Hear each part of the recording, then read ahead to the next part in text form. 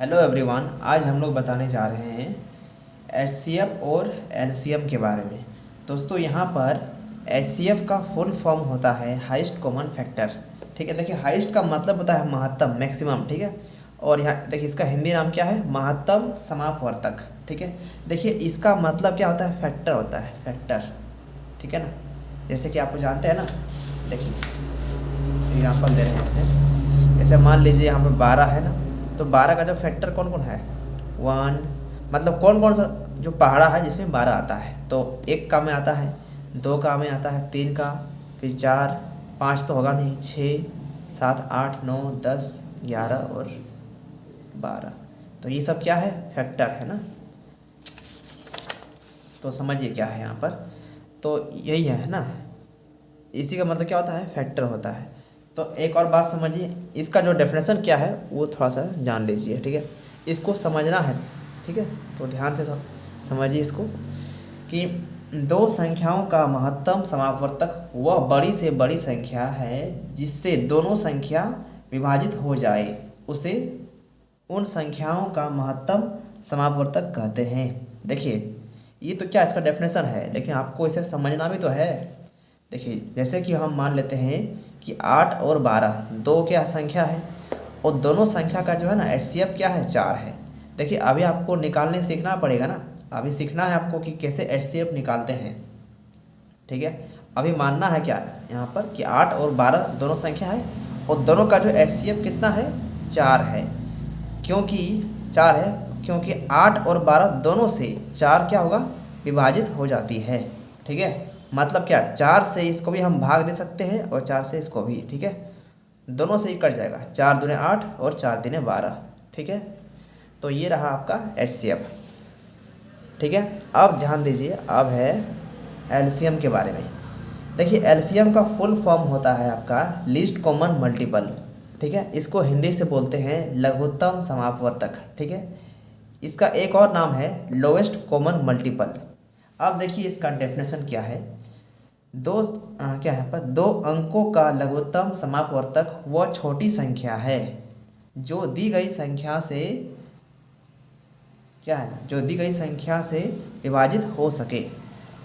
देखिए फिर से यहाँ पर एक एग्जांपल लेते हैं कि 3 और 4 का एलसीएम कितना होता है, 12 है। और क्योंकि देखिए 12 जो है ना, 12 3 व 4 दोनों से विभाजित हो जाती है। मतलब देखिए 3 का पहाड़ा में कितना है, 12 है, और 4 का पहाड़ा में क्या, 12 है। मतलब 3 भी और 4 भी दोनों में से क्या, भाग से ही मतलब कटता है। ठीक है, समझे यहाँ पर ठीक से। अब देखिए एक नोट है, इम्पोर्टेंट नोट है, जो आपको पूछता है कभी कभी एग्ज़ाम में। ठीक है, और देखिए ये है ना, ये जो नोट है आपका क्लास 10th का जो 1.2 है, उसमें एक क्वेश्चन है आपका, वो सॉल्व होगा। ठीक है, तो इसको भी आप लोग नोट कर लीजिएगा। ठीक है, और होगा तो एक बार एक पूरा है ना जो डेफिनेशन के साथ आप नोट कर सकते हैं। ठीक है,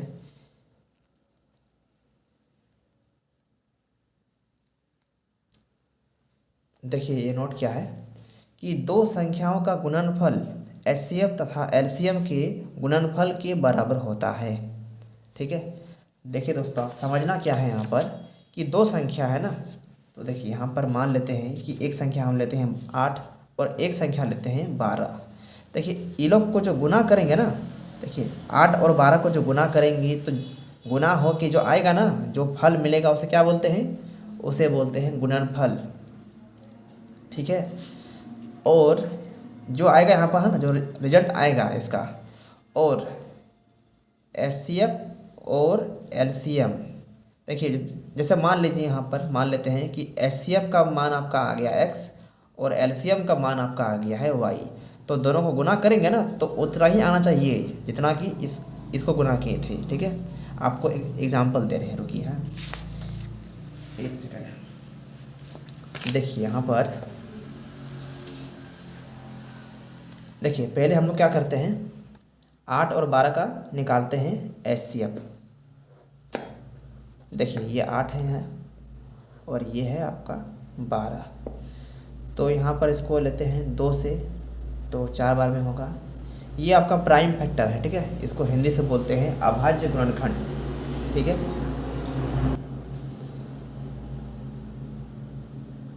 आप देखिए इसको भी लेते हैं, 2 से लेते हैं, 2 छक 12, 2 3 6 और 3, ठीक है। अब देखिए 8 को तोड़े थे हम तो क्या क्या मिला था, 2 इंटू 2 और फिर 2 है, और 12 को भी फैक्टर कर दिया ना तो क्या मिला, 2 इंटू 2 इंटू 3 मिला, ठीक है। अब देखिए यहाँ पर क्या क्या मिल रहा है, ये सब मिल रहा है ना। तो देखिए तो इस घेरा से आपका 1 2 आएगा और इस घेरा से भी 1 2 आएगा, ठीक है। तो अब मल्टीप्लाई किए तो कितना आ गया 4, तो आपका एचसीएफ कितना है 4, ठीक है। एचसीएफ तो आ गया ना। अब क्या है एलसीएम, अब एलसीएम निकालना है। तो एलसीएम निकालने के लिए देखिए जिसको जिसको नहीं घेरे हैं, है ना, 2 को नहीं घेरे हैं और 3 को भी नहीं घेरे, तो यहाँ उतार रही 2 और 3, और जो एचसीएफ है आपका उसको भी एक बार यहाँ पर शामिल कर लीजिए, ठीक है। अब मल्टीप्लाई कीजिए, इसको कितना आएगा, यहाँ आ गया 6 और 6 4 कितना आ गया 24, ठीक है। देखिए 8 का पहाड़ा में है ना 24 और 12 का भी 24 है, तो ये क्या है एलसीएम है। और देखिए एक और बात, जो डेफिनेशन है वो भी यहाँ पर क्या प्रूव हो रहा है, ठीक है। तो आपको समझना है ठीक से, ठीक है, ना कि आपको याद करना है जो डेफिनेशन है, ठीक है। और एचसीएफ भी आ गया यहाँ पर और एलसीएम भी आ गया। तो ये जो फार्मूला है आपका ये क्या बता रहा है कि दो संख्याओं का गुणनफल, ठीक है, मतलब देखिए यहाँ पर देखिए 8 और 12 क्या दो संख्या है, तो इसका अगर गुना करेंगे हम और एचसीएफ और एलसीएम, तो देखिए यहाँ पर क्या है, यही ना है फार्मूला है। तो क्या बोले दो संख्या का गुणनफल क्या होता है, एचसीएफ गुना एलसीएम के बराबर होता है। देखिए यहाँ है ना जो नियम, देखिए क्या है, फिर से एक बार दिखाते हैं आपको कि दो संख्याओं का गुणनफल एचसीएफ तथा एलसीएम के गुणनफल के बराबर होता है, ठीक है। तो समझिए एक बार यहाँ पर क्या है, देखिए वो जो दो संख्या कौन सी है, 8 और 12 लेते हैं, 8 और 12 है ना, तो क्या होगा इसका एचसीएफ इंटू एलसीएम के गुणनफल के बराबर होगा, मतलब इसे गुना करेंगे और एचसीएफ का मान कितना निकालें। देखिए यहाँ पर, यहाँ जो एचसीएफ है आप लोग देख सकते हैं कि एचसीएफ का मान कितना है 4 है और एलसीएम कितना है 24 है। तो अब देखिए यहाँ पर रखते हैं ये 8 इंटू 12 इक्वल टू एचसीएफ कितना है 4 और यहाँ पर कितना है, यहाँ है 24, ठीक है।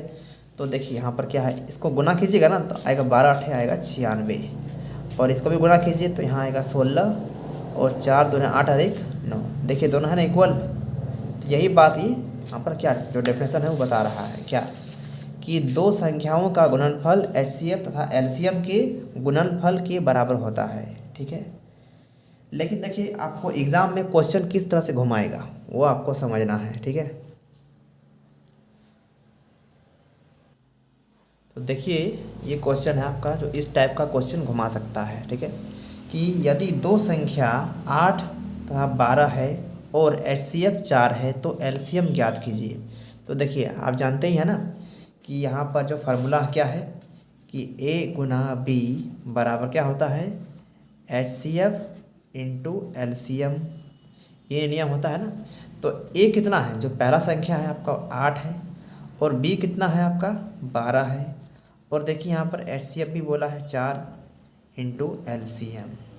तो यहाँ से काट सकते हैं इसको ना 4 और 4 3 कितना होगा 12, तो एलसीएम कितना आएगा, एलसीएम इक्वल टू 8 3 कितना आएगा 24, ठीक है। ये तो सिंपल क्वेश्चन था, ठीक है, जो इसी क्वेश्चन से जुड़ा हुआ था। आप लोग और भी क्वेश्चन सोच सकते हैं और कोई भी टाइप का क्वेश्चन आपको घुमा देगा, ठीक है।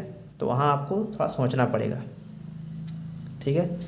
तो और देखिए अब सीखते हैं यहाँ पर कि एलसीएम और एचसीएफ कैसे निकालते हैं।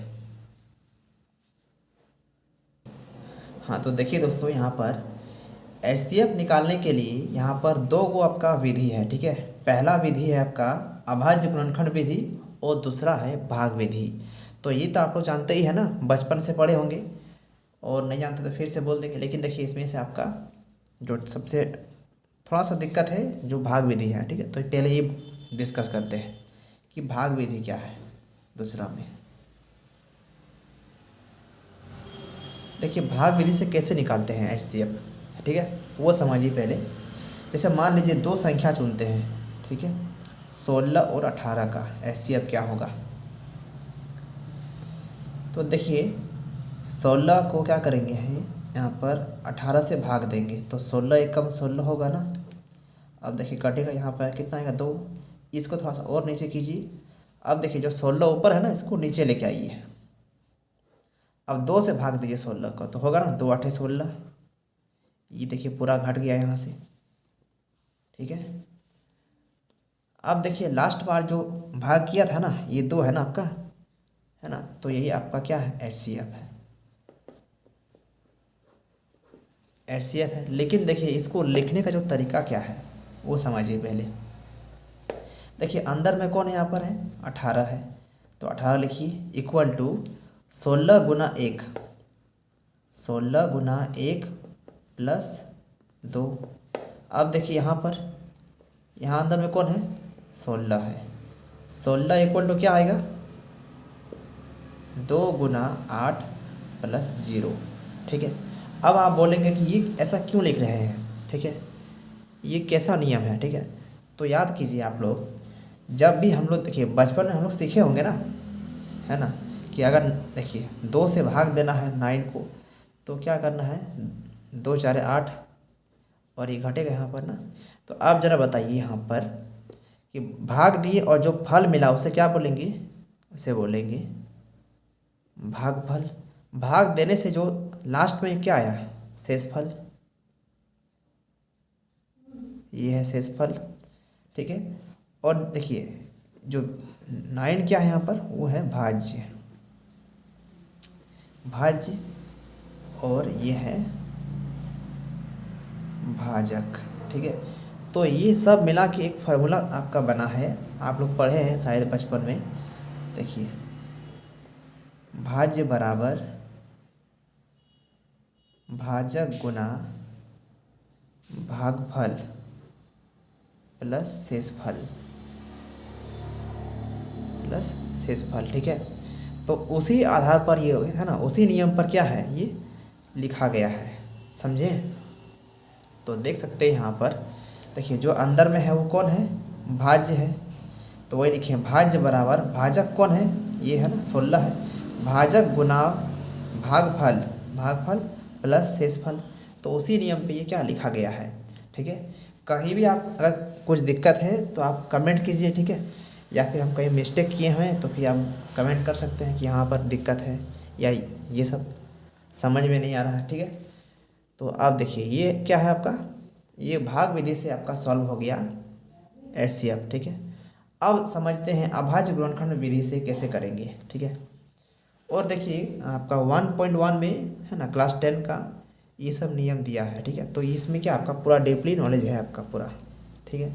तो एक क्वेश्चन सॉल्व कर सकते हैं आप लोग, ठीक है, इस टाइप का कोई वो।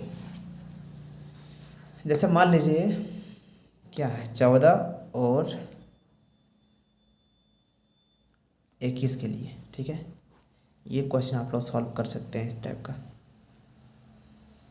देखिए आप समझते हैं अभाज्य गुणनखंड विधि से HCF क्या होता है।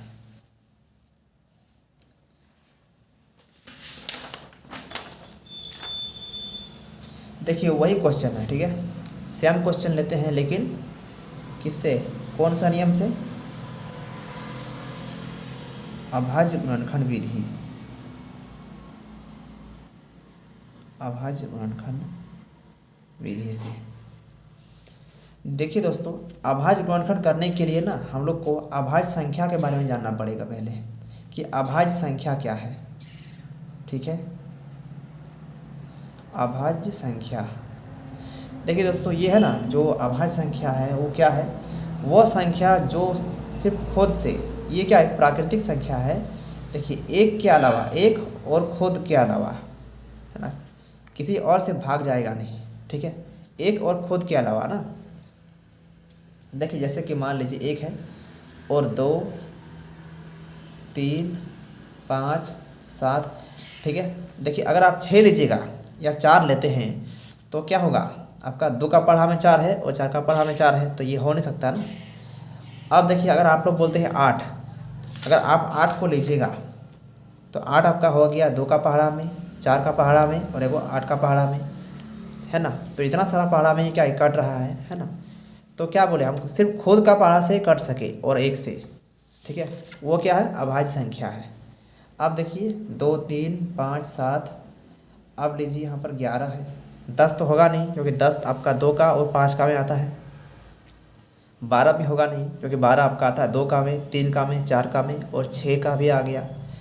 तो 12 होगा नहीं, 13 होगा, है ना। 13 14 भी होगा नहीं, 15 भी होगा नहीं, 16 भी नहीं, 17 हो सकता है, या होगा ही है तो कंफर्म है ना। 17 19 भी होगा आपका, 20 होगा नहीं, 21 भी होगा नहीं क्योंकि 21 आपका 3 का टेबल में और 7 का टेबल में आता है, ठीक है। और 22 भी होगा नहीं क्योंकि 2 का और 11 का में आता है तो 23 होगा, ठीक है। तो ये सब क्या है आपका अभाज्य संख्या है। ऐसे करते करते आप 100 तक कर सकते हैं, कोई दिक्कत नहीं, ठीक है। तो चलिए अब करते हैं। देखिए यहाँ पर क्या है 16 है, तो 2 से लेंगे ना पहले, जब तक 2 हार ना माने तब तक 2 से ही करना है। तो 2 8 16, 2 4 8 और ये 2 दूनी 4 और ये आपका 2 आ गया। फिर क्या है 18, 2 नाम 18। अब 3 से लेंगे ना, 2 से तो होगा नहीं तो 3 से लेते हैं। तो 3 3 9 और 3 1 कम 3। अब देखिए यहाँ पर 16 को यहाँ उतारते हैं तो कितना आया 4 को आपका 2 आ गया। और 18 में क्या है 1 2 है और बाकी सब 3 है। तो इसमें क्या मिल रहा है आपका, जो मिल गया है ना वही तो HCF है, ठीक है। ये आपका HCF आ गया ना। तो देखिए HCF तो 2 यहाँ भी है। तो ये क्या है, ये कौन सा विधि से है आपका अभाज्य गुणनखंड विधि से है और ये भाग विधि से है, ठीक है। कहाँ पर दिक्कत हुआ है कमेंट जरूर कीजिएगा, ठीक है।